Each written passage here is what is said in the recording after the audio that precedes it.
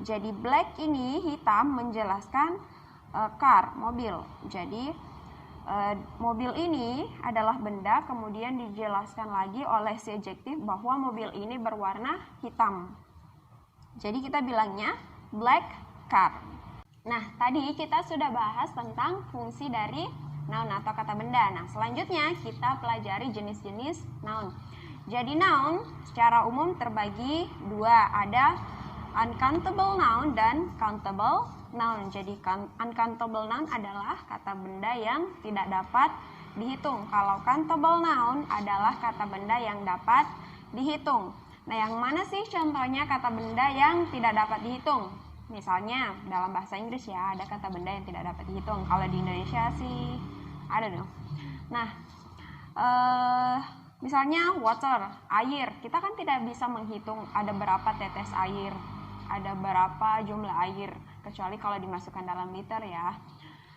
Nah, itu dikategorikan uncountable noun, kata benda yang tidak dapat dihitung. Selanjutnya, sugar, rice, coffee. Kita kan tidak bisa menghitung ada berapa butir kopi, butirnya kopi. Itu semua tidak dapat kita hitung. Jadi, kita kategorikan itu sebagai uncountable noun, kata benda yang tidak dapat dihitung. Sebenarnya masih banyak contohnya, tapi this is just sebagian. Ini hanya sebagian ya. Jadi contohnya yang lain masih banyak. Nah, selanjutnya yaitu countable noun atau kata benda yang dapat dihitung. Nah, kata benda yang dapat dihitung ini terbagi lagi menjadi dua, yaitu plural dan singular. Jadi plural itu jamak atau dia lebih dari satu. Kalau singular itu hanya satu. Misalnya singular, a book, sebuah buku, berarti bukunya cuma satu, dia kategorinya singular. Selanjutnya a child, satu orang anak. A woman, satu orang perempuan. Jadi kalau jumlahnya cuma satu, itu disebutnya kata benda yang singular. Kalau jumlahnya lebih dari satu, kita sebutnya sebagai kata benda plural atau jamak. Nah, kata benda plural ini terbagi lagi menjadi dua, yaitu regular dan irregular, kata benda yang beraturan dan yang tidak beraturan. Nah, yang manakah kata benda beraturan dan tidak beraturan? Nah, contohnya di sini ada 5 books. Jadi books termasuk kata benda yang beraturan. Kenapa dikatakan beraturan? Karena dia kalau jamak jumlahnya lebih dari satu. Di sini ada 5 jumlahnya, berarti dia lebih dari satu ya. Dia tinggal ditambahi S di belakang, menandakan bahwa dia bukunya ada banyak, ada lebih dari satu. Di sini ada jumlahnya 5, berarti kita bilangnya 5 books. Kita tambahi dari kata dasarnya book. Kalau dia satu buku, kita bilangnya a book. Kalau dia lebih dari satu, kita bilangnya bukunya ada 5, kita bilangnya 5 books. Kita tambahi X, SX. Kita tambahi S di belakang, menandakan bahwa bukunya itu banyak atau lebih dari satu. Nah, contoh selanjutnya 5 tables.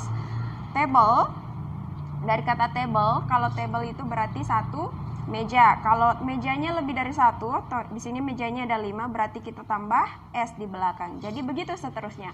Kalau kata bendanya lebih dari satu, kata bendanya ada 2, 3, sampai 100, sampai seterusnya, kita harus tambahi S di belakang. Kalau dia kata benda yang beraturan.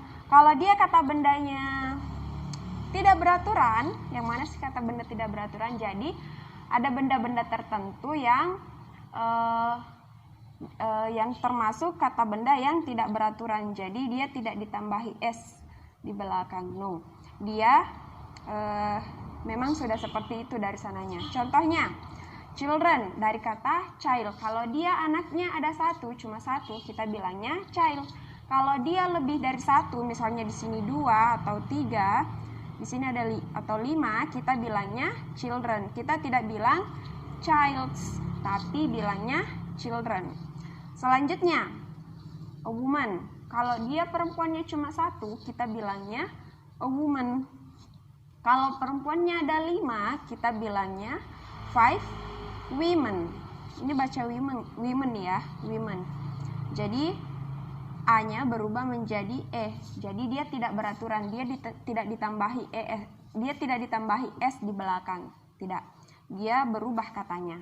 Kita tidak bilang 5 women's.